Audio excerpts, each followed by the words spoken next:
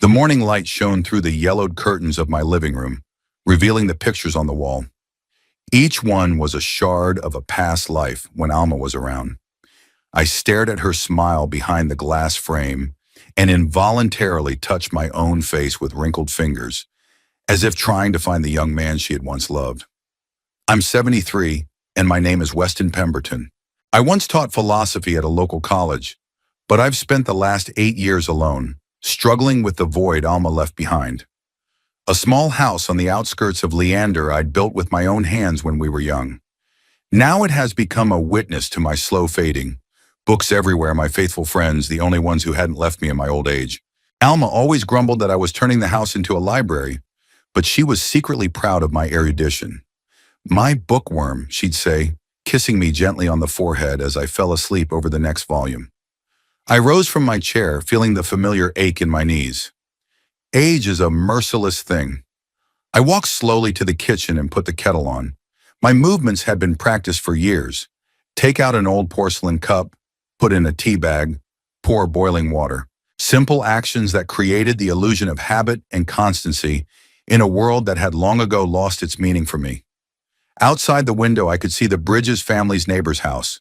Their young daughter Abby often came to me to listen to stories about the ancient philosophers. I would retell Plato's dialogues to her in the form of fairy tales, and she would look at me with wide-open eyes that reflected sincere admiration. Perhaps these visits were the only thing that truly brightened my days.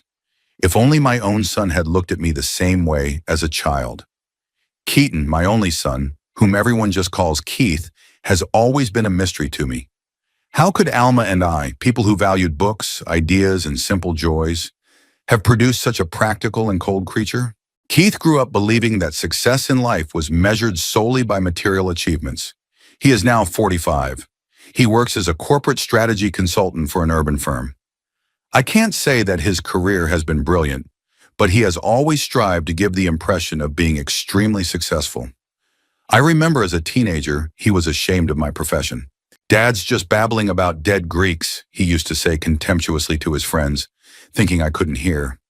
I guess I should have been tougher on him. Alma always said I was too soft. "You live in a world of ideas, Weston, and a boy needs boundaries in the real world." But I couldn't bring myself to be hard on my only son, especially after he lost his mother when he was 8. 3 years ago, Keith married Violet Hyde. I remember their wedding, a modest ceremony to which I was invited more out of a sense of duty than a desire to see. Violet. Even her name seemed insincere to me.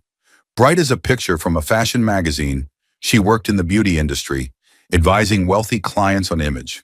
A sharp tongue, an ever-evaluating gaze, and a smile that never reached her eyes were what I saw every time we rarely met. I watched as she systematically alienated my son from me. "Weston is so old-fashioned," she would say to Keith, thinking I couldn't hear. Or better yet, "Your dad's nice, but a little, out of step with the times." After we got married, our visits became even less frequent. Keith used to visit me at least once a month, but now I only saw him on holidays and not always. The last time they came was Christmas. Violet walked around my house, touching dusty shelves with her finger and making remarks about the smell of old age. "Dad, you should think about a nursing home," Keith said then, not looking me in the eye. "Violet and I could help you find something suitable." "Something inexpensive," Violet added immediately. "In your position, you can't throw money around." My situation. They made it sound like I had one foot in the grave. I turned them down, saying I was doing just fine on my own. Keith looked annoyed, and something like disappointment flashed in Violet's eyes. Later, I realized that they were hoping to sell the house and maybe get their hands on the proceeds.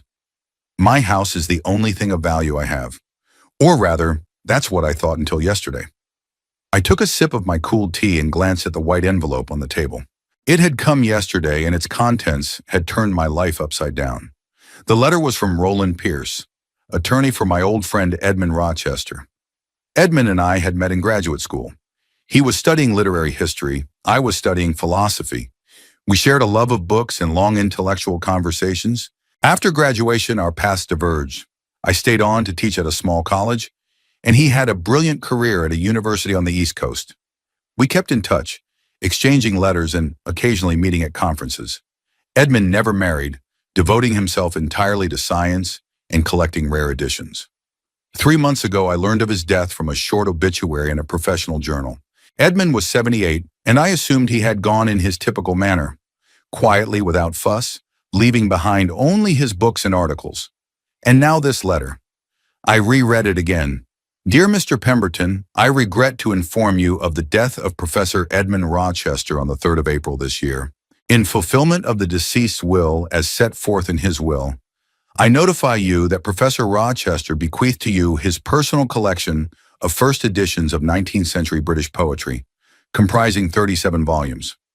In accordance with the deceased's wishes, the collection will be delivered to your address within 1 month of receipt of your written confirmation of your willingness to accept the bequest. Please contact my office at the contact information below for details of the transfer. Sincerely, Roland Pierce, Executor. I set the letter aside and walked to the window. In 30 years of teaching, I had developed the habit of pondering new information while looking out at the horizon. Edmund was always bragging about his collection, but I had never seen it in its entirety. Only a few volumes that he sometimes brought to conferences to show his colleagues. Even these individual copies were impressive.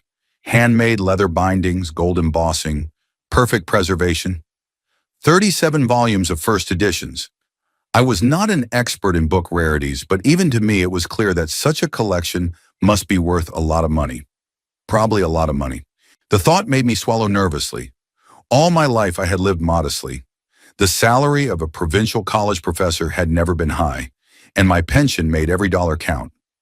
I was used to such an existence and had no complaints. But now, I looked at Alma's picture. What would she say? Probably she would have laughed her sonorous laugh. See, Weston, your love of books has finally paid off. My musings were interrupted by a phone call. Keith's number. Strange, he usually only called on Sundays, and not every week. Dad, his voice sounded unusually cheerful. How are you? Not bad, thanks, I answered cautiously, surprised by his sudden interest in my health. Listen, Violet and I were thinking, my birthday's coming up. Why don't we go out to dinner? I know a good restaurant downtown, Keith's birthday. I remembered it was May 25th, but we usually just talked on the phone and mailed in a gift card. Do you want to go to a restaurant? The three of us? I asked, not hiding my surprise. Yes, it would be fun to spend time together, he said, a hint of impatience in his voice. You don't get out of your house much. A change of scenery would do you good. Something about the sudden invitation felt insincere, but I couldn't refuse. After all, it's the birthday of my only son. All right, Keith. When and where? Next Friday, 7 p.m. I'll email you the address. After that, he quickly said goodbye, citing his busy schedule.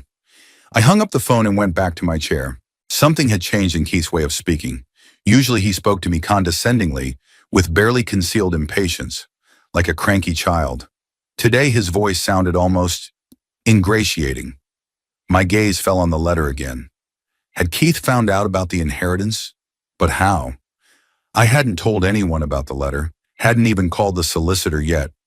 Coincidence? Maybe. I decided to call Roland Pierce today. I needed to know more about the collection before I met with Keith and Violet. Something told me the information might be useful. Alma always said I was too trusting. You only see the good in people, Weston, and that's your weakness. Maybe she was right. But with age comes, if not wisdom, at least caution. And now my intuition was telling me that I should be cautious in my dealings with my son. I carefully folded the letter back into the envelope and hid it between the pages of Marcus Aurelius's Meditations, a book Keith would never open. Then I dialed the number on the letter. I had an important conversation to have. In the morning, I called Roland Pierce's office. The conversation was brief but informative. The solicitor confirmed that the Edmund collection was ready for shipment and would arrive within 2 weeks. To my cautious question about the value of the books, Roland replied discreetly, Professor Rochester never viewed his collection as an investment, Mr. Pemberton. For him, it was a passion. However, if you are interested in the material aspect, I can recommend you consult a rare edition specialist. I sat for a long time after the conversation, pondering the strange coincidence. Keith's invitation to dinner had come too soon after the letter about the inheritance. But how could he have known? I hadn't told anyone. Perhaps it really is just a coincidence, and I'm getting too suspicious in my old age. The days before the appointment stretched slowly. I decided to call Irene Foster, a former colleague who, after retirement, had taken a job as a consultant at an antiquarian bookstore. We hadn't spoken in over a year, and her surprise at my call was almost palpable. "Weston, what a pleasant surprise. How are you doing, you old bookworm?" Her warm voice made me smile. We exchanged news, and I, trying to speak casually, mentioned Edmund's inheritance. "Shummer, Rochester?" Irene perked up. Of course I'd heard about his collection. It was legendary in academic circles. The first edition of Wordsworth's and Coleridge's lyrical ballads, Keats's poems of 1817. If all this is true, you've come into possession of a real treasure. "So valuable?" I asked, trying to hide my excitement. "My dear," Irene sounded genuinely amazed. "Such collections usually sell for 6 figures at auction, sometimes more." I swallowed, feeling my mouth dry. 6 figures, the kind of money I'd never seen in my entire life. "But I'd advise you to take your time," Irene continued. "When the books arrive, let's meet. I'll help you figure out what's what."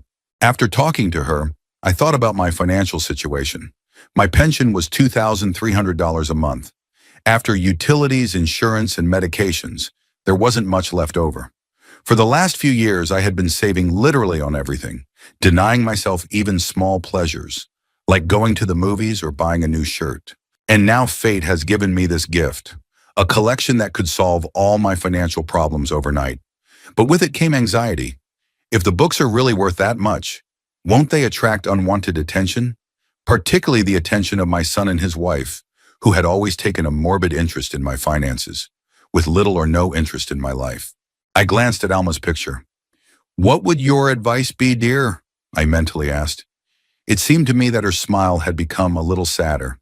She had always been pragmatic, my Alma. "Think of yourself, Weston," I thought I heard her voice say. "For once in your life." With those thoughts in mind, I headed to the mall to pick up a gift for Keith. My son's birthday always gave me mixed feelings. On the one hand, it was an occasion to show him that I cared and remembered important dates. On the other hand, each year I found it harder and harder to find a gift that he would like. Keith had long since grown out of the books and mind games I had given him as a child. His tastes had become material. At the jewelry store, I stopped in front of a display case of cufflinks. A silver pair with small sapphires caught my eye. Elegant, but not flashy. The price made me wince. $199, almost a tenth of my monthly income. "Can I show you something, sir?" The saleswoman, a young girl with a friendly smile, approached me. "Yes, these cufflinks, please." She took them out of the display case and placed them on a velvet cushion. "Excellent choice. Sterling silver, natural sapphires. The perfect gift for a special occasion." I took the cufflinks in my hands, imagining Keith wearing them to one of his business meetings. Would he think of me? Would he remember where they came from? "I'll take them," I said, pulling out my credit card. "Would you like a gift wrap?" the girl asked. "It's free for purchases like this." "Yes, please." She carefully placed the cufflinks in a small box wrapped in blue paper with a silver bow. "Who's the gift for, if it's no secret?" she asked, handing me the package. "For my son. It's his birthday." "He'll be thrilled," she said confidently. I only nodded, not having the heart to dissuade her. If she'd known Keith, she would have realized that cufflinks, even with sapphires, would hardly excite him. But what else could I get him? Leaving the store, I went into a cafe and ordered a cup of tea. I had to think about dinner. Keith had emailed me the address of the restaurant, so I decided to study the menu on their website beforehand. What I saw made me go cold. The average check was $80 per person, not including alcohol. If the 3 of us had dinner, with wine and desserts, the bill would easily exceed $300. I pressed the bridge of my nose with my fingers, trying to focus. In my position, such an expense was an unreasonable luxury, but to decline the invitation meant ruining my relationship with my son, possibly forever. Besides, it was his birthday. How could I say no? When I got home, the first thing I did was check my bank account. After buying the cufflinks, there was a little over $1,100 left. That should be enough to buy dinner and still have enough left over for necessary expenses until my next retirement, if you save a lot of money. I sat back in my chair, feeling fatigue pile up on my shoulders. Why had the relationship with my own son become such an ordeal? When had it started? Maybe when Alma died and I, immersed in my own grief, couldn't give him the support he needed. Or earlier, when I refused to pay for him to attend a prestigious university, believing that community college was just as good? Or was it that I had never been the kind of father he wanted? Successful, rich, powerful? I thought back to his childhood years. Keith had been an inquisitive boy with a lively mind and a kind heart. How did he turn into this cold, calculating man? And was I to blame for this transformation? Maybe this dinner is a chance to set things right. Maybe over good wine, in a pleasant atmosphere, we can find common ground. After all, we are each other's only family. The next few days were spent in preparation. I took my only decent suit to the dry cleaners, bought a new shirt and tie, spent an hour shining my old shoes. I got a haircut at a cheap barber shop. All the while, I had a strange sense of anticipation mixed with anxiety. Thursday night, the phone rang. Keith's number. "Dad," he sounded unusually cheerful. "I wanted to check in about tomorrow. Do you remember we're meeting at 7? "Of course I remember," I answered. "Côte d'Azur, 7 o'clock. "Great," said a woman's voice, and Keith covered the microphone with his hand. A few seconds later, he came back to the conversation. "Violet asked if you're going to wear something decent?" I felt the color rush to my face. "I have a suit, Keith." Okay, he was clearly uncomfortable. "It's just that this is a pretty fancy place, and Violet's worried about the impression we'll make." Like I was part of their couple, not a separate person with my own dignity. "Don't worry," I said, trying to speak calmly. "I won't embarrass you." "Dad, that's not what I meant," Keith protested, but without much enthusiasm. "It's all right. I'll see you tomorrow." I hung up the phone, feeling a wave of bitterness rising inside me. Even at a time like this, they couldn't resist humiliating me. Decent, like I'm a hobo who doesn't know how to dress for going out in society. Friday morning greeted me with a headache and heaviness in my chest. I didn't sleep well, tossing and turning until 3 in the morning, tormented by thoughts of my upcoming meeting. At 9, I forced myself to get up and make breakfast, a simple oatmeal with half a banana. I had no appetite, but I knew I had to eat to take my medication. The day stretched agonizingly slow. I tried to read, but I couldn't focus on the text. I turned on the TV, but the meaningless noise only annoyed me. Finally, I decided to just walk around the neighborhood, hoping the fresh air would clear my thoughts. The weather was beautiful, a warm May day with a slight breeze. The blossoming trees filled the air with a delicate fragrance. I walked down familiar streets, greeting neighbors, stopping to pet friendly dogs. This ordinariness was soothing. As I passed a playground, I noticed a little boy building a sandcastle. His father sat nearby, helping to reinforce the walls. They were laughing, engrossed in their joint creation. This scene gave me a painful prick of envy. Had I ever been that kind of father to Keith? Had I ever made time for simple pleasures? Or was I always immersed in my books and lectures? When I got home, I began to get ready for the evening. I showered, shaved thoroughly, even used the aftershave Keith had given me last Christmas that I'd been saving for special occasions. Put on a new shirt, suit, tie, looked at myself in the mirror and didn't recognize the man who looked back at me from there, a hunched old man with frightened eyes. "Straighten up, Weston," I said, as if I heard Alma's voice. "You're still the man I loved." I squared my shoulders, adjusted my tie, and smiled at my reflection. I may not be rich, I may not have reached the heights I dreamed of when I was young, but I've lived an honest life, and I have no reason to be ashamed. At 6 o'clock and 30 minutes, I hailed a cab. The ride to the restaurant was about 20 minutes, but I preferred to arrive early. Besides, public transportation was irregular in the evening, and being late would only add to Keith and Violet's criticism. Sitting in the back of the cab, I stared out the window at the city and thought about what awaited me that evening. Part of me hoped for reconciliation, for a warm conversation, for a restoration of the bond that had once been between my son and me. The other part, the more cynical part, expected another dose of condescension and covert ridicule. In my jacket pocket was a gift box of cufflinks, a small symbol that I still cared about my son, still wanted to be a part of his life. The cab pulled up in front of the restaurant. I paid the driver, leaving a generous tip, a small luxury I could afford that evening. I took a deep breath, gathering my composure, and headed for the entrance to the Azure. I stood for a moment in front of the restaurant doors, looking at the elegant people sitting at the tables by the windows. They seemed like inhabitants of another world, a world to which I had never belonged. But tonight I would enter that world. For Keith. For the hope that not all is lost between us. With that thought, I pushed open the door and stepped into the brightly lit space of the restaurant, where I was waiting for what could either be the beginning of a new phase in our relationship or the last straw that would be the last straw in my patience. The Azure restaurant was much more pretentious than I had expected. The huge windows overlooked the river, reflecting the city lights. Waiters in starched shirts glided between tables with the look of people initiated into some mystery. The interior was full of details designed to speak of luxury: heavy velvet drapes, crystal chandeliers, porcelain vases with fanciful compositions of fresh flowers. I shuddered, imagining the kind of bill this place might bring. Even the new navy blue suit I'd bought especially for this evening suddenly seemed out of place amid all the glitter.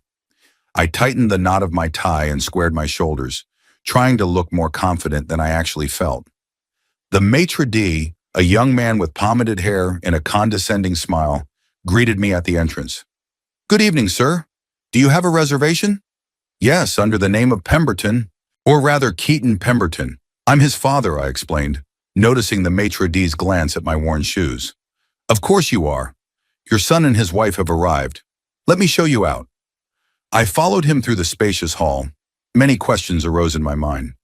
Why were Keith and Violet early? They were usually late for our rare meetings. And why this particular restaurant? As far as I knew, Keith's financial situation didn't allow him to visit such places regularly.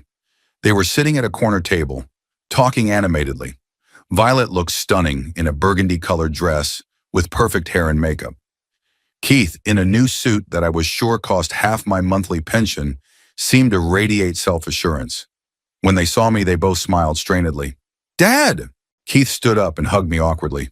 He smelled of expensive cologne and alcohol. "Glad you could make it." "Happy birthday, son." I handed him a small box wrapped in plain blue paper. "What's this?" Keith took the gift with ill-concealed disappointment. "Cufflinks," I answered. "They're silver with sapphires." Violet laughed softly and sipped from her champagne glass. "How nice," she said. Vintage accessories are coming back into fashion, although for Keith's clients, modernity is more important. "Thanks, Dad." Keith put the box down beside him without even opening it. "Have a seat. We've already ordered appetizers and wine." I sank into a chair, feeling slightly irritated. They hadn't even waited for me to order. And judging by the half-empty bottle of expensive wine on the table, they'd started celebrating long before I arrived. "How's your health, Weston?" Violet asked, eyeing me like a museum piece. "You look chipper for your age." "Thank you, Violet. I'm perfectly fine." "You are?" She leaned forward. "You know, there are some great senior centers. A client of mine recently put her mother in one. She says great care, lots of activities for your, generation." "I prefer my own home," I replied discreetly. Of course you do." Violet exchanged a quick glance with Keith. "It's just that sometimes you have to look ahead. Plan, so to speak." I could see where they were going with this, but I decided to change the subject. "So Keith, 45 years old. That's a respectable age. Any special plans?" My son straightened up, adjusting his tie. "Actually, yes. I'm negotiating a partnership with a major consulting firm. If everything works out, Violet and I are thinking about buying a house in the suburbs. Something a little more, spacious." "Sounds ambitious," I said, trying not to sound skeptical. Keith had always exaggerated his prospects. "It's time to think big." Violet stepped in. "Keith deserves better. He has labored in the shadow of others for so many years." The waiter brought appetizers, tiny portions of some exotic dish decorated with edible flowers. I could barely recognize the ingredients, but the prices on the menu I was handed were more than recognizable, astronomical. "And how's your job, Violet?" I asked, trying to keep the conversation going. "Still doing image consulting?" She smiled indulgently. "I'm not just a consultant anymore, Weston. I've opened my own style studio. I already have 5 employees and A-list clients. I'm being interviewed for Style magazine next month. That's impressive, I nodded. Yeah, Keith and I are working hard on our future. Violet looked at my son meaningfully. By the way, Keith, tell your father about that offer from Edwards. Keith cleared his throat and poured himself some wine. Yeah, I'll probably get a contract to restructure their sales department. A 6-figure sum, Dad. I nodded silently, wondering why they were trying so hard to impress me. I'd gotten used to Keith's bragging over the years, but today it seemed especially insistent. The main courses arrived. My chop was cooked perfectly, but it was the size of a postage stamp on a huge white plate. Apparently, in this restaurant, you don't pay for quantity, but for finesse. So, Dad, Keith began after a few minutes of awkward silence, you said you had some news? That was it. Now I understood the reason for this dinner. Somehow they had got wind of the letter from Edmund's solicitor. But how? Perhaps Keith had seen the envelope when he'd stopped by my place last week to check on my progress. He didn't usually show such concern. News? I pretended I didn't know what he was talking about. Yeah, you got some important letter, didn't you? Keith insisted, not hiding his impatience. I slowly cut off a piece of meat and put it in my mouth, chewing it thoroughly. Let them be a little nervous. Oh, that's what you mean. Yes, an old friend left me something as a legacy. It's nothing special, just a memory. Violet moved forward, keeping her eyes on me. Friend? What friend? Edmund Rochester. We were students together many years ago. He was a professor of literature. And what did he leave you? Keith asked, trying to sound casual, but I could see the tension in his eyes. A few books. Edmund was a collector. Books, Violet repeated with ill-concealed disappointment. How's that?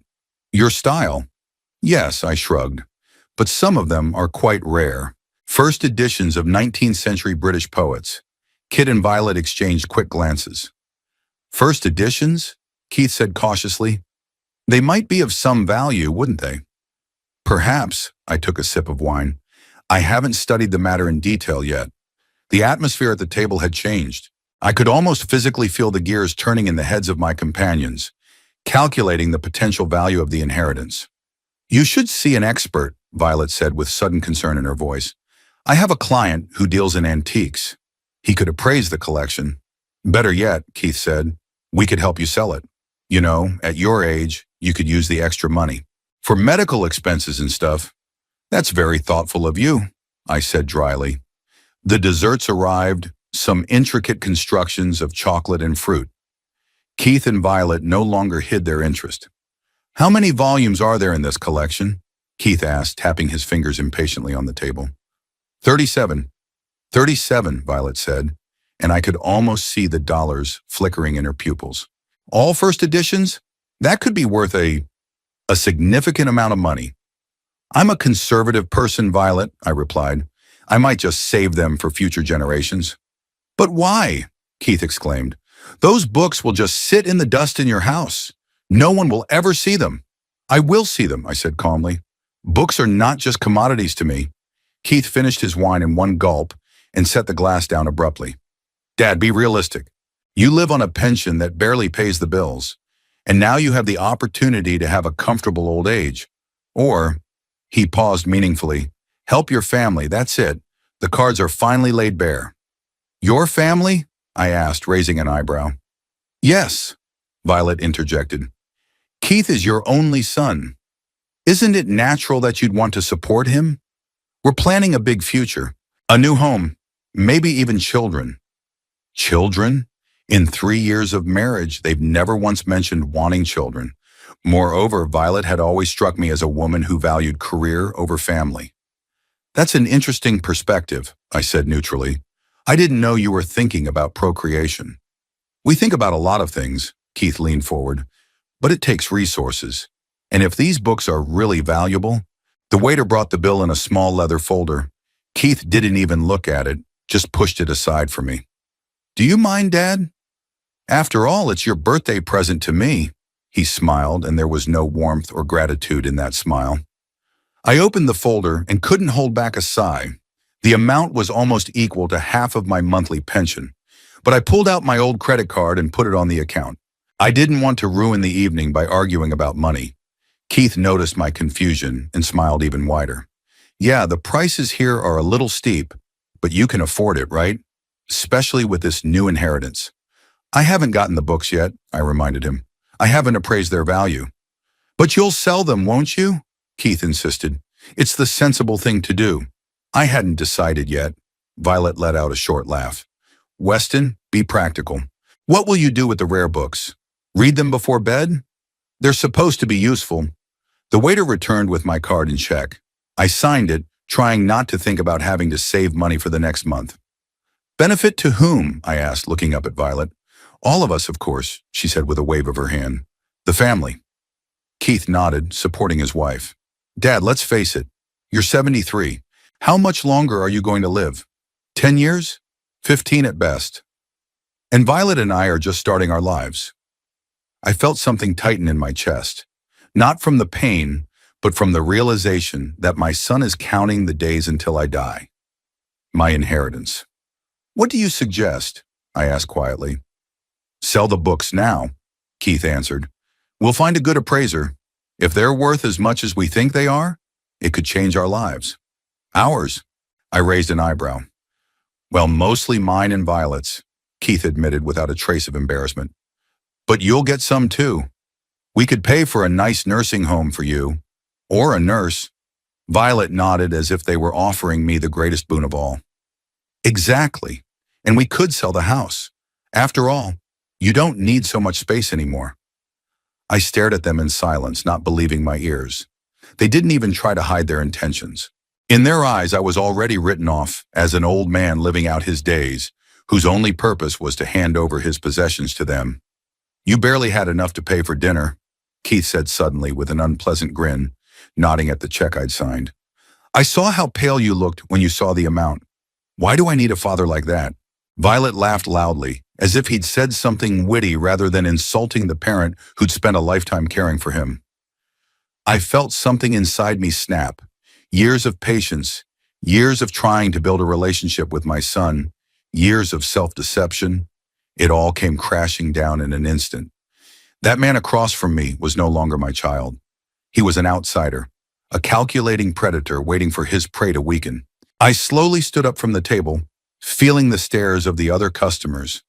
You know, Keith, I said quietly but firmly, I've always been proud of the fact that I was able to educate and raise you, even when I was left alone after your mother died. I've never been rich, but I've always tried to teach you to appreciate what's really important in life. Knowledge, kindness, dignity. Apparently, I failed. Keith and Violet looked at me with undisguised surprise. They clearly hadn't expected a rebuff. As for Edmund's collection, I continued, I did meet with an expert. And do you know what he said? Those books are worth a fortune. More than you'll earn in 10 years of your successful career. Keith's eyes widened and Violet leaned forward, forgetting her pretense of politeness. Solomon, but the interesting thing is that I found out something else. Something you have no idea about, I paused, watching as they froze in anticipation. And that knowledge will change a lot of things. For all of us. I could see their faces turn pale. They didn't know if I was bluffing or not, but something in my tone made them question their plans. What do you mean? Keith asked, and for the first time all evening, there was uncertainty in his voice. Ankron, you'll know soon enough, I said, taking up my cloak. When I think I'll be going now. Thank you for inviting me to dinner. It was informative. I headed for the exit, feeling their shocked stares on my back. For the first time in years, I felt a strange sense of release. It was as if a heavy weight I'd been carrying all my life had suddenly fallen from my shoulders. Maybe I really am a bad father, but I wasn't going to be a victim anymore. Returning home in a cab after a humiliating dinner, I felt a mixture of anger and a strange release inside. Never before had I seen my son and his wife in such a candid light. Their greed, their disdain for me, it had all been obvious before, but that night they didn't even try to hide it. Why do I need a father like that? Those words were still ringing in my ears. How could my own son say such a thing? What had happened to the little boy I had once taught to tie his shoelaces and read his first books? Upon reaching home, I immediately headed for the phone. It was almost 10 o'clock at night. But I knew it wouldn't bother Irene Foster, my former coworker. She had always been a night owl, preferring to work in silence after sunset. Weston? Her voice sounded surprised. AOE, is something wrong? I'm sorry to call you so late, Irene. You said you could help me with the appraisal of Edmund's collection. I'd like to meet as soon as possible. She was quiet for a second, apparently picking up on the tension in my voice. Of course. Have the books arrived yet? No, they'll be delivered next week, but I'd like to prepare in advance to find out more about their value, the possibilities of selling them. Sale? Ashram. She sounded a little surprised. I thought you'd want to keep the collection. I sighed, sinking into the chair. I thought so too, but circumstances have changed. I understand, she said softly. Well, let's meet tomorrow. I work at the store from 11 o'clock. Come and we'll talk about it. After talking to Irene, I couldn't sleep for a long time. My thoughts revolved around Keith, his words, his cruelty. How did we get to this point? Where had I gone wrong as a father? Alma would be disappointed to see what our son had become. The morning brought rain and a headache. I slowly pulled myself together, drank a cup of strong tea, and headed to the antique bookstore where Irene worked. Pages of Time was a small establishment in the old part of town, among narrow streets and historic buildings. The bell above the door jingled melodiously as I entered. The smell of old books and wood immediately enveloped me with a familiar warmth. Everything here breathed history. Dark wooden shelves to the ceiling, cozy armchairs in the corner, the dim light of antique lamps. It was a world I understood and loved. Irene greeted me with a smile. In her 69 years, she retained the vivacity of mind and elegance that had always distinguished her. Her gray hair was gathered into a neat bundle, and her eyes behind her fine-rimmed glasses looked attentive and warm. Weston, my dear, she came over and put her arms around me. You look exhausted. Rough night. A hard night, I admitted, and not the most pleasant of reflections afterward. She nodded understandingly. Let's go to the back room. I've made some tea, and I have something that might interest you. The back room of the store was at once an office, a warehouse, and a place for appraising particularly valuable specimens. A large oak desk took center stage, and along the walls were racks of books awaiting restoration or appraisal. Irene poured tea into antique china cups and pulled a folder from the desk drawer. I did a little research after you called, she said, opening the folder. Edmund Rochester mentioned his collection in several interviews with literary magazines, and if it does include the copies he mentioned, then its value is impressive. She handed me printouts of old interviews. I skimmed through them, stopping at mentions of specific publications. Here, Irene pointed to a paragraph. He talks about a first edition of Keats's Lamia from 1820th, signed by the author. If that's true, that book alone could be worth hundreds of thousands. I looked at her stunned. Hundreds of thousands? For one book? She nodded. Rare first editions signed by the authors are the holy grail for collectors. And given that Keats died young and his autographs are extremely rare, I leaned back in my chair trying to comprehend this information. Hundreds of thousands of dollars for one book, and there are 37 of them in the collection. But that's speculation, Irene continued. We need to wait for the collection to arrive and have each copy professionally appraised. The condition of the book, the presence of any defects, the provenance, all this affects the final cost. Provenance, or I asked? Ownership history. Who owned the book before it came to Edmund? If the previous owners were famous, it could increase the value considerably. I took a sip of tea, feeling my head start to spin from all this information. And what is the process of selling such books? If I decide to sell them, Irene tapped her finger on the table thoughtfully. For a collection of this caliber, I'd recommend an auction. Sotheby's or Christie's. They attract the most serious collectors from all over the world. Commissions are high, but the results are corresponding. Of course, you can also sell privately, but then there is a high risk of being cheap. And how long does it take to sell through an auction? From a few months to 6 months, she said. First the evaluation, then the inclusion in the catalog, promotion. It's not a quick process. I nodded, thinking about it. 6 months. Long enough for Keith to lose patience and interest. But if the result is, as Irene had envisioned, There's another option, Irene said, interrupting my thoughts. If you need money urgently, you could sell a few of the most valuable pieces directly to a serious collector. I know a couple of people who might be interested. The price would be lower than at auction, but the deal could be done within a few weeks. I need to think it over, I said, and wait for the books themselves, of course. Of course, Irene smiled, but there's something else you should know. Collections at this level often attract unwanted attention. If word of your possession of these books spreads, there could be trouble. What kind of trouble? I'm wary. From intrusive dealers offering to buy the collection for next to nothing to more serious trouble. Rare books are not only cultural value, but also a lot of money. And where there's money, there's risk. I remembered the greedy look on Keith and Violet's faces as they talked about books. I understand, I said quietly. I think I need to be careful about who I tell about the inheritance. Irene looked at me carefully. Weston, we've known each other for almost 40 years. I can see that something is troubling you, beyond the valuation and sale issues. Is it something to do with Keith? I sighed. Irene had always been perceptive. We had dinner together last night. He and his wife, they'd made it clear that they viewed me as a liability who happened to benefit them financially. Keith said. I stammered, struggling to say the words. He said he didn't want a father like me. Irene shook her head, her eyes filled with sympathy. I'm sorry, Weston. It's cruel and unfair. I always knew our relationship wasn't perfect, I continued. But yesterday a certain point of no return was reached. And now I'm thinking, maybe it's time to live for myself, to use these books to ensure a comfortable old age, rather than worrying about an inheritance for a son who despises me. I think it's absolutely the right decision, Irene said firmly. You deserve a quiet and dignified life. And if these books can give you that, that's fine. After all, Edmund left them to you, not Keith. Her words gave me confidence. Yes, Edmund left the books to me. He knew that I valued them not only as material objects, but also as a treasure trove of human thought and creativity. Knew that I would treat them with respect, whether I decided to keep them or sell them. Thank you, Irene, I said, shaking her hand. Anyway, you've always been able to bring clarity to my confused thoughts. That's what friends are for, she smiled.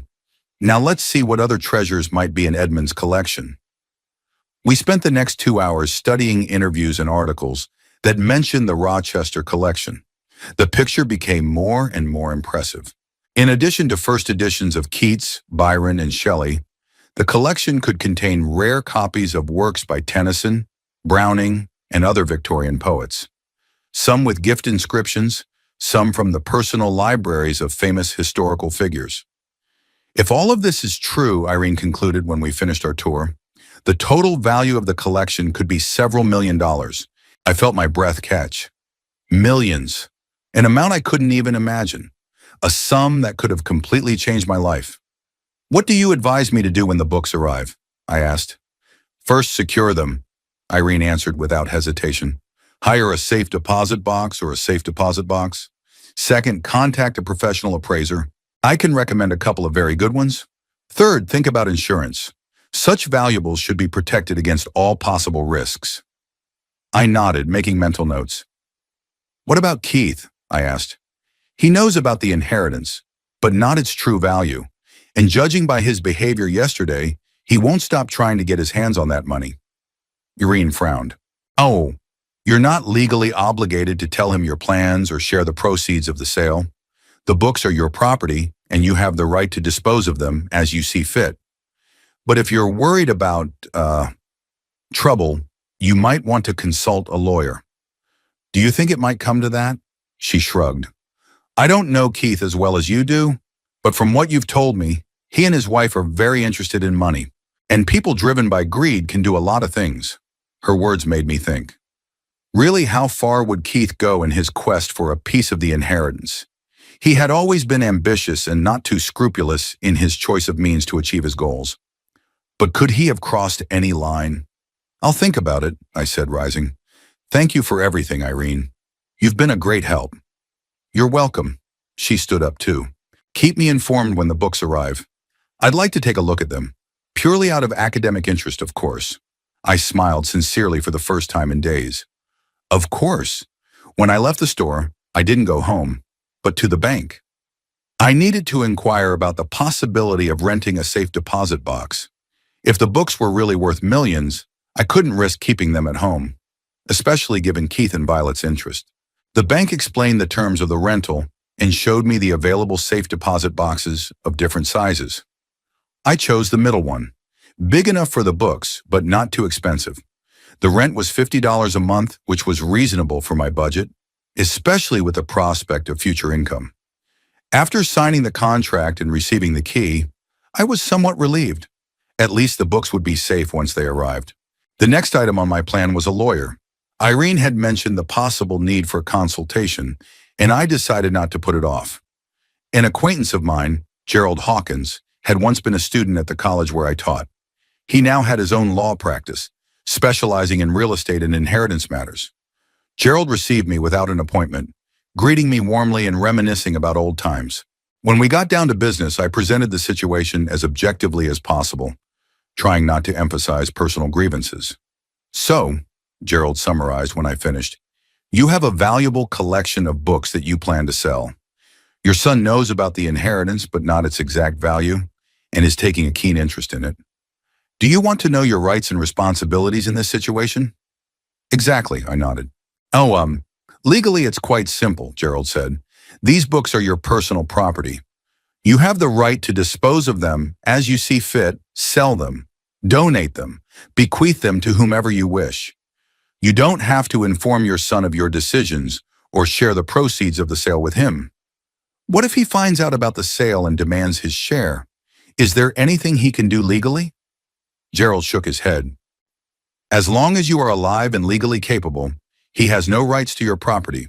Of course, after your death, if there is no will, he will receive all your property as the sole heir. But now, no, he has no legal grounds to claim a share in your property." I'm relieved. "What would you advise me to do?"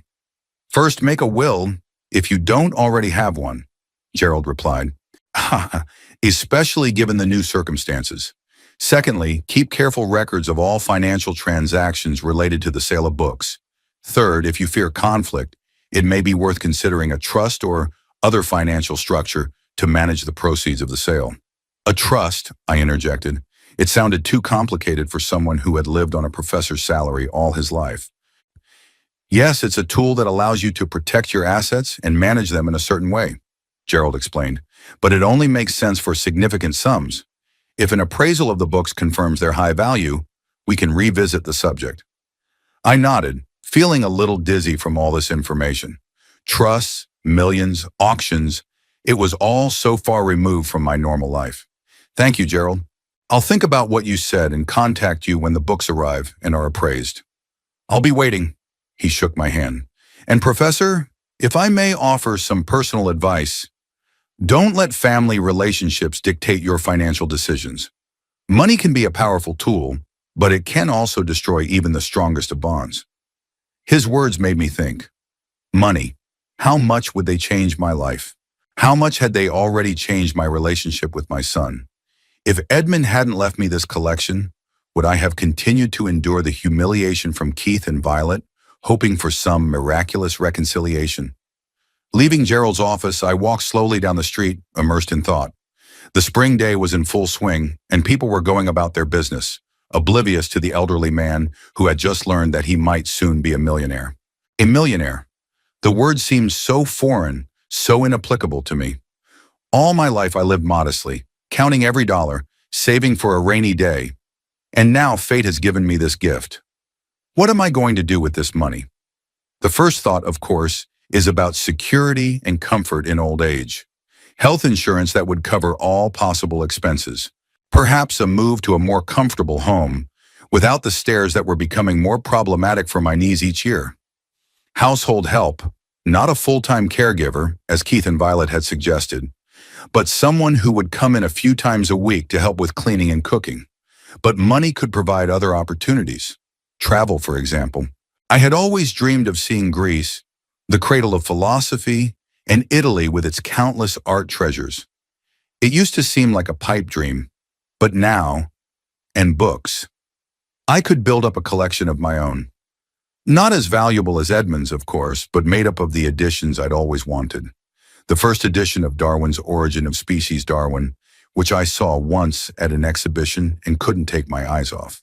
Or the complete works of Shakespeare in an antique leather binding. The possibilities seemed endless, and it was intoxicating. But at the same time, I felt a strange anxiety. Would this money change me? Would I turn into someone like Keith and Violet, for whom material possessions had become more important than human relationships? No, I decided, I wouldn't let that happen. Money is a tool, as Gerald said. A tool to provide a decent life, to realize long-held dreams, to help those who need it. But above all, it's a tool for independence.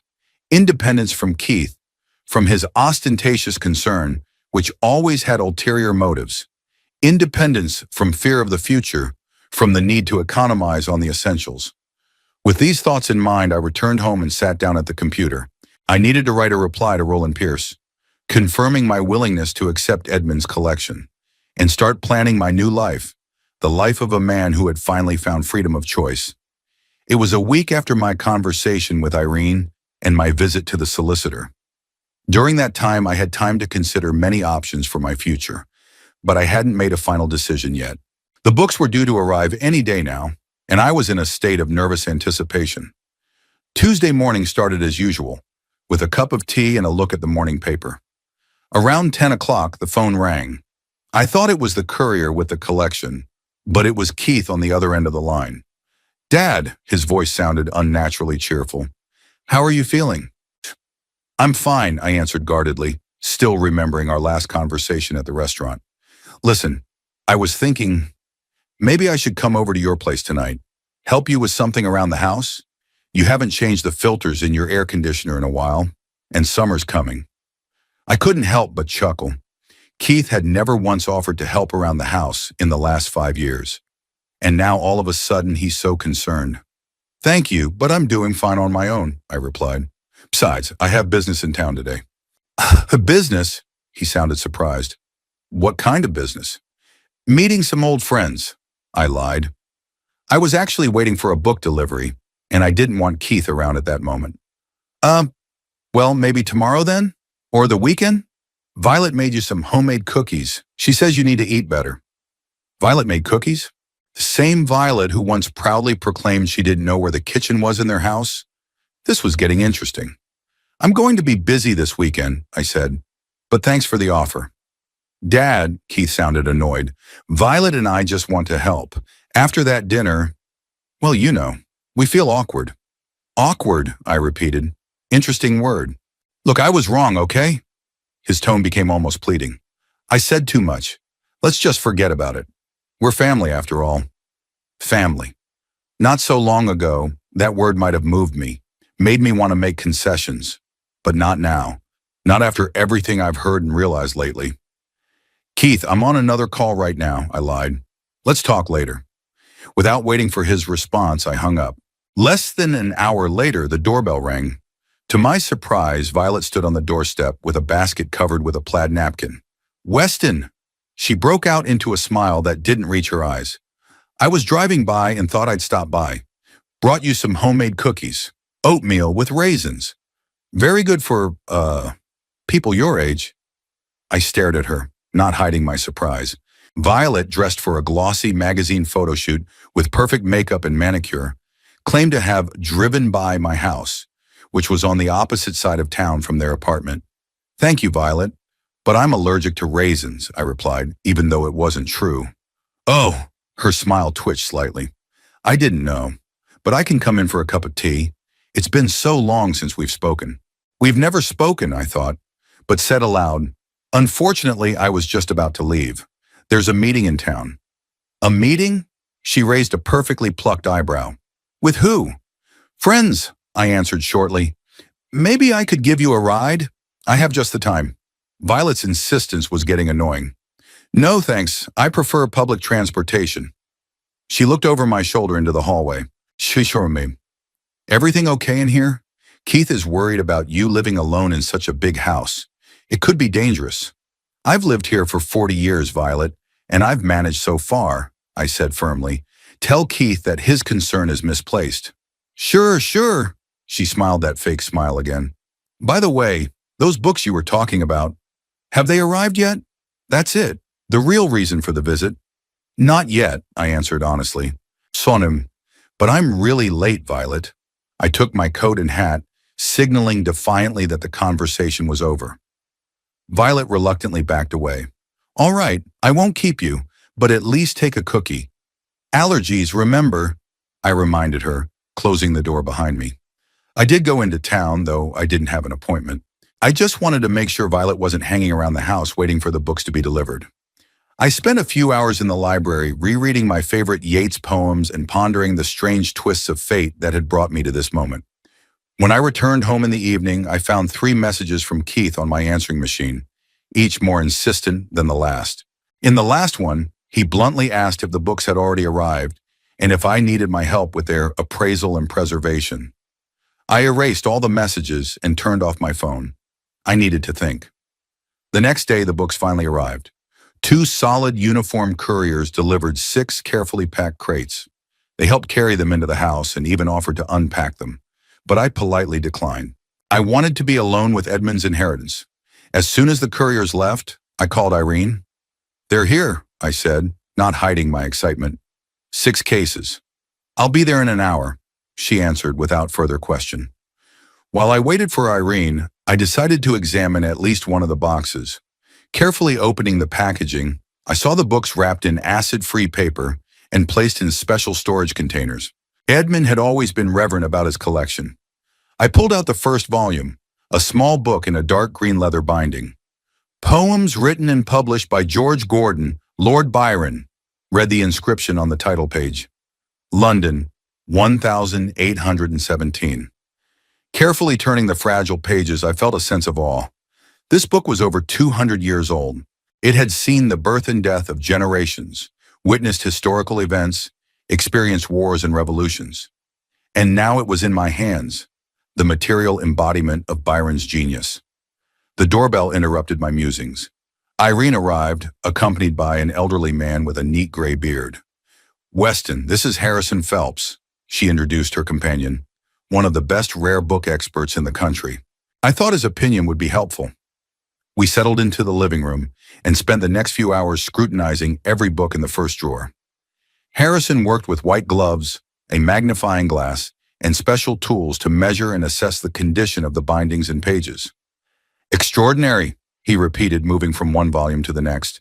The condition is almost flawless. Provenance impeccable. This is one of the finest private collections I've ever seen. By evening, we had only examined the contents of 2 of the 6 boxes, but it was already clear that Edmund's collection exceeded all expectations. Some of the books Harrison valued at 6 figures each one. The total value, he said, taking off his gloves, is hard to say for sure without a full catalog, but I'd tentatively estimate $3 or $4 million. Probably more with the right sales approach. I sat stunned by that figure. 3 to 4 million, more than I'd made in my entire life. What should I do with them now? I asked, looking at the book treasures spread out on the table. I wouldn't recommend keeping them here, Harrison replied. A normal house doesn't provide the proper conditions for preserving such valuables: humidity control, temperature control, protection from light, not to mention security. I've rented a safe deposit box, I said, but it won't hold all the books. There are specialized storage facilities for art and collections, Irene suggested. They provide all the necessary conditions and have serious security. It's not cheap, but considering the value of the collection, I can recommend a couple of reliable places, Harrison added, and help with transportation. It's a delicate process. We agreed that the next day, Harrison would arrange for the books to be transported to a specialized repository and begin the process of fully cataloging and appraising the collection. I signed the necessary paperwork and wrote a check for a down payment for his services. The amount was impressive, but it was a necessary expense to protect my new wealth. When Irene and Harrison left, I sat in my chair, trying to make sense of what had happened. There had been a drastic change in my life, and I wasn't yet fully aware of how to deal with it. The doorbell rang again, snapping me out of my thoughts. Keith stood on the doorstep with a bottle of wine and a strained smile. "Dad, I thought I'd stop by and check on you. How are you?" I looked at him, feeling strangely detached. Only a few weeks ago, I would have been glad to see such a visit, to see in it hope for the restoration of our relationship. Now all I saw was falsity and self-interest. "Tonight's not a good night for a visit, Keith," I said. "I'm very tired." "Oh," he tried to look over my shoulder. "Did you have company? I saw the car drive away." "Yes, some friends stopped by." "Friends?" He looked surprised. "What friends?" "Old colleagues," I answered evasively. I hadn't seen them in a while. Keith shuffled from foot to foot, clearly reluctant to leave. "Listen, Dad, about those books. Have they arrived yet?" "No," I lied. "There was a delay in delivery." "When are they due?" "I'm not sure. Maybe next week." He seemed disappointed. "Well, let me know when they arrive. I'll help you deal with them. You know, Violet has a friend in the antique world. He might be able to—" "Thanks, Keith, but I've already arranged with an expert," I interrupted him. "Everything's under control." "An expert?" His eyes narrowed. "What expert?" "A professional rare book appraiser. Irene recommended him." "Irene? You mean Irene Foster? That old girl from your college?" I could feel the irritation rising inside me. "Irene is a respected antiquarian book expert. And yes, she worked with me in college. But I would ask you not to use such outdated and offensive terms as old maid." Okay. Keith held up his hands in a conciliatory gesture. "I'm just surprised you didn't come to me for help. After all, I am your son." "Yes, you are," I said, looking him straight in the eye.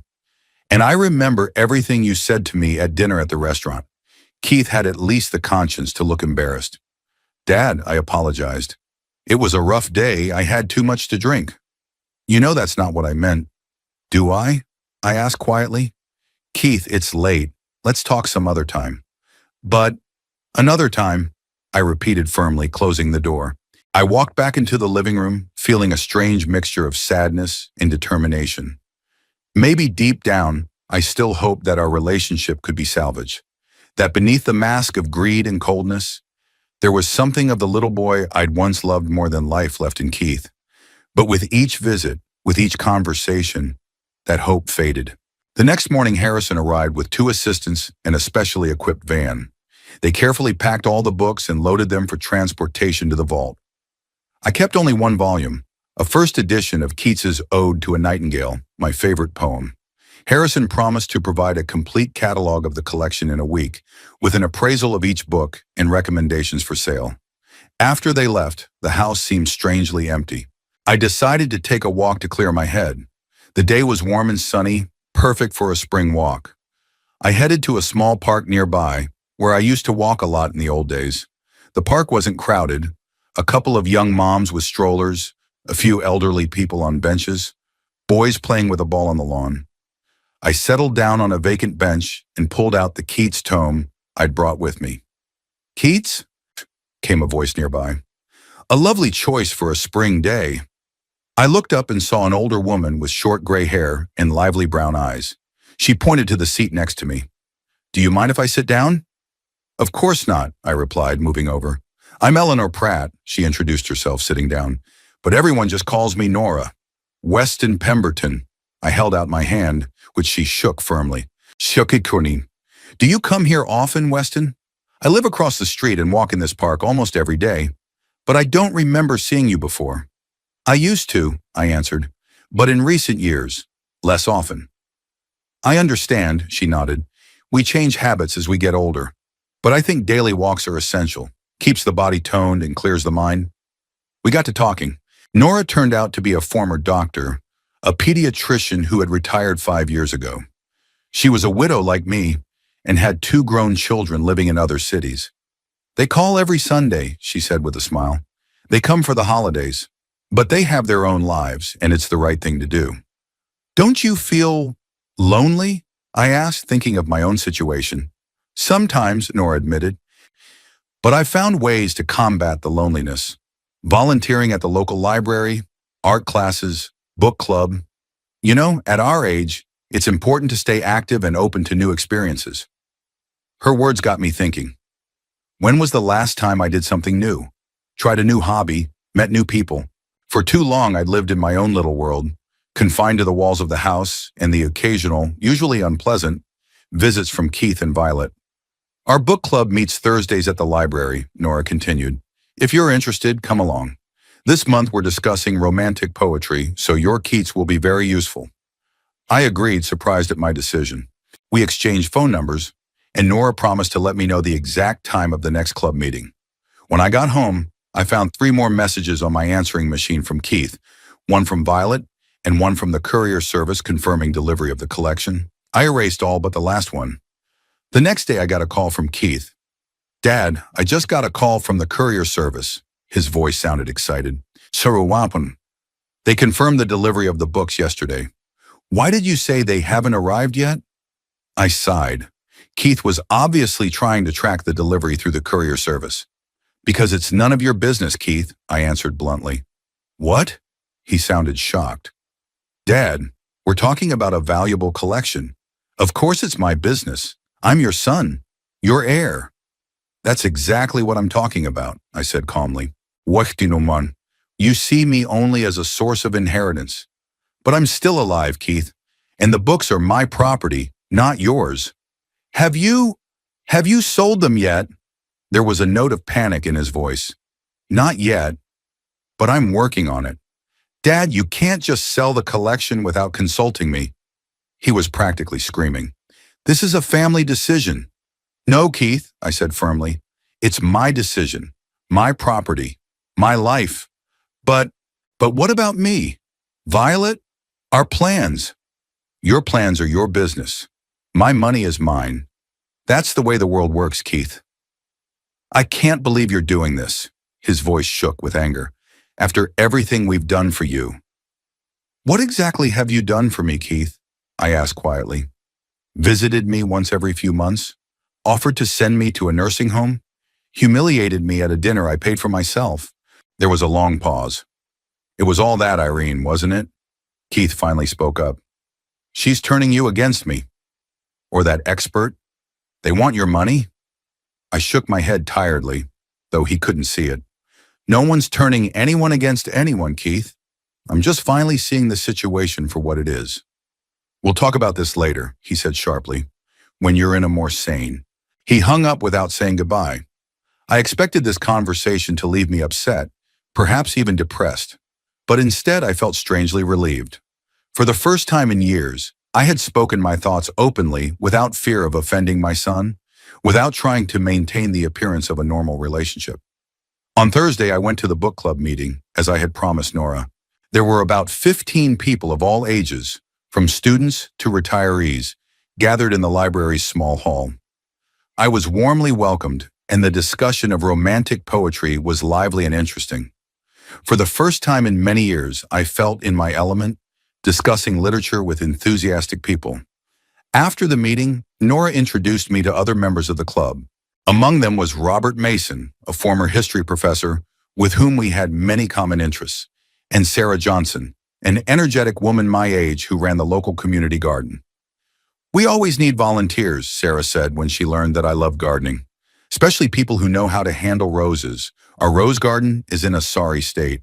I agreed to help, and we arranged to meet in the garden on Saturday morning. So, unexpectedly, I found myself involved in a new social life I didn't even know existed. The book club, the community garden, new acquaintances, all of these things gave my days the meaning I had been missing for so long. Harrison called twice, reporting on the progress of cataloging and grading. The news was good. Some copies turned out to be even more valuable than originally thought. He also contacted representatives of Sotheby's and Christie's, and both auction houses expressed interest in organizing special bidding for the Rochester collection. Keith called several times over the days, but I didn't answer. Violet arrived twice unannounced, but I didn't answer the door. I wasn't ready for another round of manipulation and phony displays of concern. On Saturday, while working in the community garden under Sarah's supervision, I felt the phone in my pocket vibrate. Wiping my hands on my apron, I checked the message. It was Irene. "Weston, I just got a call from your son. He was asking about the collection and about you. He was very persistent. I didn't tell him anything, but I think you should know." I sighed. Keith clearly wasn't going to back down. But that didn't bother me now. The books were safe in a vault that only me, Irene, and Harrison knew about. A plan to sell them was in the works. and I was finally getting on with my life. Is everything okay? Sarah asked, noticing my pensive expression. Yes, I replied with a smile, going back to pruning the roses. Better than ever. And it was true. For the first time in years, I didn't feel like a lonely old man living out his days, waiting for his son's rare visits, but a man with a future, with new opportunities, with friends who valued me for who I was, not for a potential inheritance. The auction at Sotheby's exceeded expectations. The Edmund Rochester collection was billed as one of the most important private collections of first editions of 19th century British poetry. An elegant catalog with color photographs of each book went around the world, attracting the attention of serious collectors and institutional buyers. I attended the auction, accompanied by Irene and Harrison. We sat in the front row, watching books that had recently been part of my friend's inheritance go to new owners for sums that made my head spin. A first edition of Keats's Lamia, signed by the author, went for $780,000 after a fierce bidding war between a Japanese collector and a representative of the British Library. Lord Byron's poems brought $450,000. By the end of the day, the total sales amounted to $4,600,000, far more than the preliminary estimate. Congratulations, Weston, Irene said as we left the auction room. You are now officially a millionaire. The word still sounded strange when applied to me. Millionaire. I, a humble philosophy professor, a man who used to make every dollar count, was suddenly the owner of a fortune I'd never even dreamed of. After paying commissions to the auction house, taxes, and all related expenses, I had about $3,200,000 in my account. Money that would completely change the rest of my life. On the advice of Gerald Hawkins, I set up a trust to manage these funds. Some of the money was invested in a conservative portfolio that would provide a steady income. The other part went to buy a small but comfortable apartment in a good neighborhood, on the first floor, with wheelchair access should the need ever arise. I also made a few donations to the local library for the development of its rare editions department, to the community garden where I continued to volunteer, and to a small scholarship fund for philosophy students at my former college. But most importantly, I found freedom. Freedom from worrying about the future, from having to save money on medicine or heating, from depending on Keith and his fake care. All this time, I avoided contact with my son and his wife. They kept calling and visiting, but I didn't respond to their attempts to contact me. I knew there would inevitably be a moment of confrontation, especially when they learned of the sale of the collection, but I tried to delay it as long as possible. That moment came on a sunny afternoon in early July, 2 weeks after the auction. I had just returned from a community garden where Sarah and I and other volunteers were working on a new arrangement of roses when I saw a familiar car in front of my house. Keith was standing on the porch, ringing the doorbell furiously. "Dad!" He turned around when he saw me. "Finally! I've been trying to call you for 2 weeks." "Hello, Keith." I walked calmly to the door, pulling out my keys. "As you can see, I'm alive and well. Is that true?" He blocked my way, preventing me from opening the door. "What I heard about the auction? You sold all the books?" Then he already knew. No wonder the information about the auction wasn't a secret, and Edmund Rochester was a well-known name in academic circles. "Yes," I answered simply. The collection had been sold at the Sotheby's auction 2 weeks ago. Keith's face contorted with anger and disbelief. You did this without me? Without consulting me?" "Without," he hesitated, searching for words. "Without considering the family's interests?" "I was acting in my own best interest, Keith," I said, stepping around him and opening the door. "The books were my property, but the money..." He followed me into the house. "How much did you get?" I heard it was millions. I put my gardening gloves and hat on the hall table and headed for the kitchen. I wanted a drink of water after working in the garden. "I don't think it's any of your business, Keith." "None of my business?" He almost shouted, following me at my heels. "I'm your son. Your blood." "Of course it's my business." I poured myself a glass of water and turned to him. "Being my son doesn't entitle you to my property, Keith. Not in my lifetime." "But it's not fair." He pounded his fist on the tabletop. "You're an old man. What are you going to do with that kind of money? You have what, 10 years of life left? 15 at best.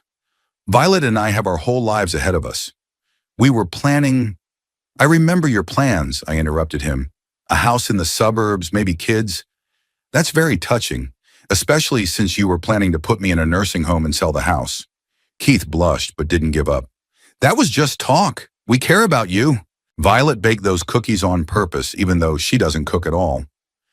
Yeah, with raisins, which I'm supposedly allergic to, I said dryly. Very thoughtful. It was a mistake, he exclaimed. Nobody's perfect, Dad. We tried. We really tried to make things work.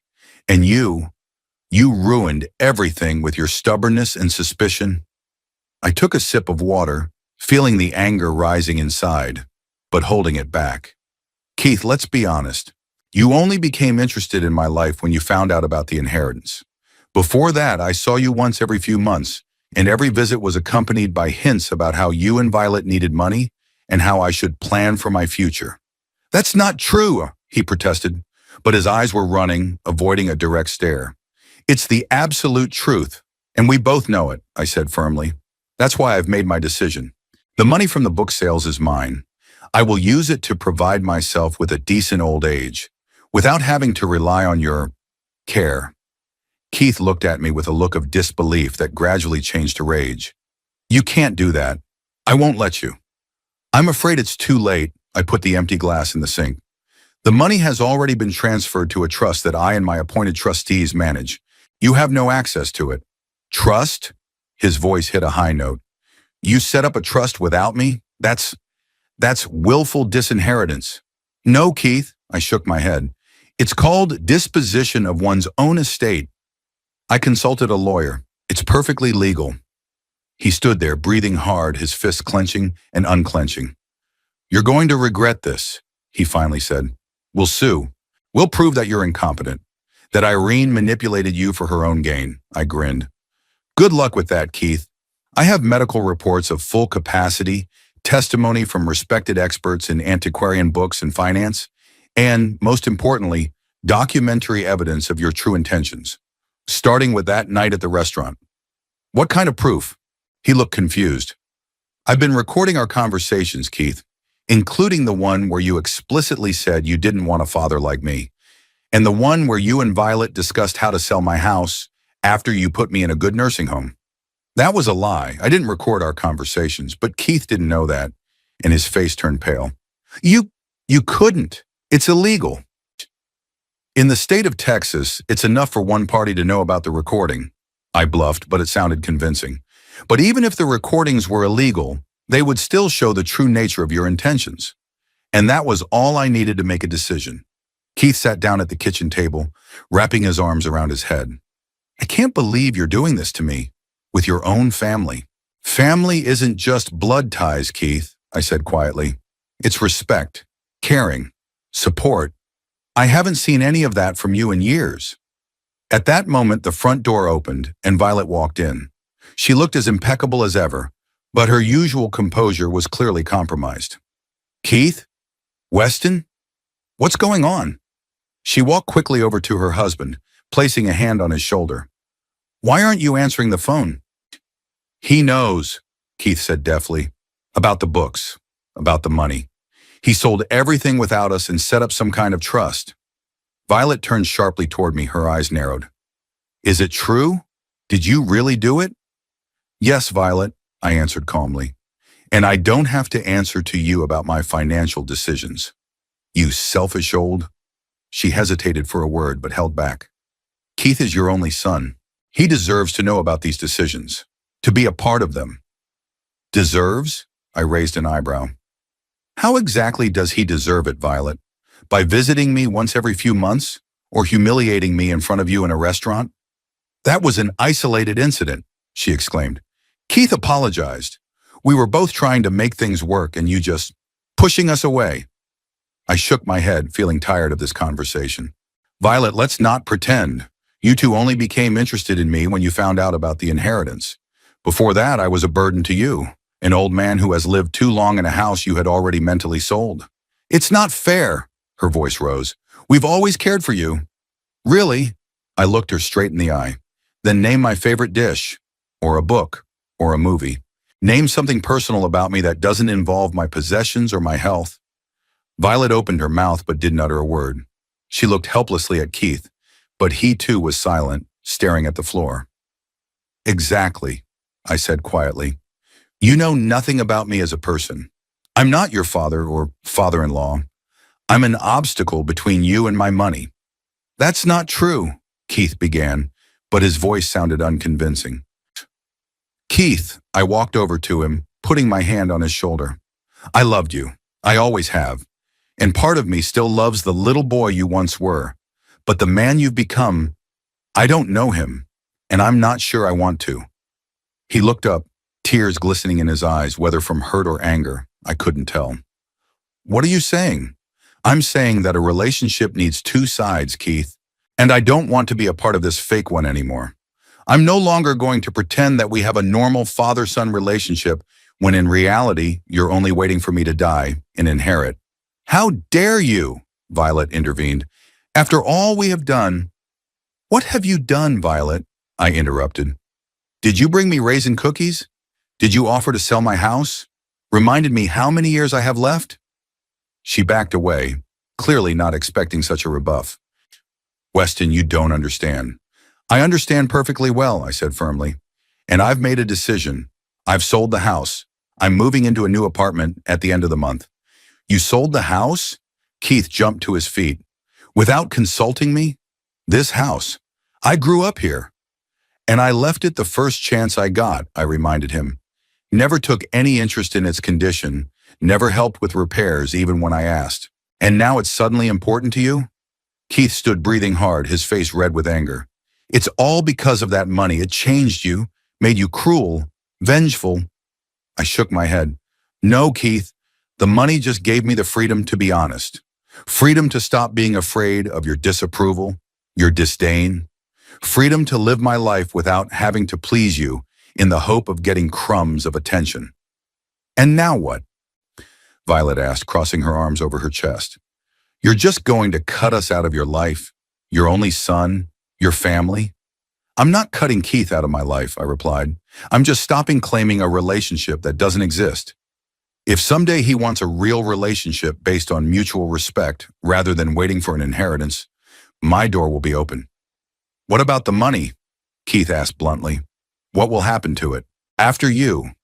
Even now, in the midst of this painful conversation, his thoughts were on money. I've made a will, I answered. Some of the money will go to charity, educational programs for underprivileged students, libraries, community gardens. Some to my new friends who have shown more genuine interest in me in a few months than you have in decades. What about me? His voice trembled. To you, Keith, I leave enough for you to never need, but not enough for you to never work. I looked him straight in the eye. And these funds will be paid monthly in small amounts through a trust. You'll never get it all at once. Violet made a sound like a stifled sob.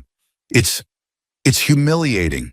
It's like he's some kind of dependent, unable to manage his own money. It's my decision, Violet, I said calmly. And my last word. Keith looked at me with an expression I couldn't decipher, a mixture of anger, resentment, distrust, and perhaps a tiny bit of understanding. You're going to regret this, he said at last. When you're alone, with your money and your new friends who only want your fortune. I smiled, but without joy. Perhaps, but it will be my choice, Keith. My choices and my mistakes, for the first time in years. They left shortly afterward, Violet throwing angry glances, Keith with slumped shoulders and a lost expression. I stood at the window watching their car pull away and felt a strange mixture of sadness and release. Something had ended today, a long chapter of my life filled with hope, disappointment, and self-delusion. But something was also beginning, a new chapter that I could write by my own rules. The move to the new apartment went smoothly. I took with me only the things dearest to my heart, pictures of Alma, some books, a few pieces of furniture with history. The rest I either sold or gave to charity. The new place was bright, spacious, and comfortable, with wide doorways, no thresholds, and handrails in the bathroom. Prudent, considering my age. Keith hadn't tried to contact me since our last conversation. Neither had Violet. I knew from mutual acquaintances that they had moved to another city where Keith had gotten a new job. Maybe it was for the best. The geographical distance added to the emotional one. My new life turned out to be full and fulfilling. I continued to participate in the book club, volunteered at the community garden, and even began teaching philosophy at the local senior center. Not for money, but for the pleasure of sharing knowledge. Nora became a close friend of mine. We often went to concerts together, to museums, or just walked in the park. Gradually, our friendship grew into something more. A quiet, calm feeling that warmed my soul and made every day brighter. I didn't think that after Alma I could experience such feelings, but life is full of surprises. In October, Nora and I decided to fulfill a long-time dream, a trip to Greece. For 2 weeks, we wandered around ancient ruins, enjoyed the azure sea and local cuisine, talked about philosophy and art. In Athens, standing at the Parthenon, I suddenly realized how much my life had changed. Just 6 months ago, I was a lonely old man counting the days until retirement and enduring humiliation from my own son. Now I was standing on top of the Acropolis, next to a woman who understood and appreciated me, free from financial worries and toxic relationships. After returning from Greece, I received an email from Keith, my first contact in months. It was short and understated.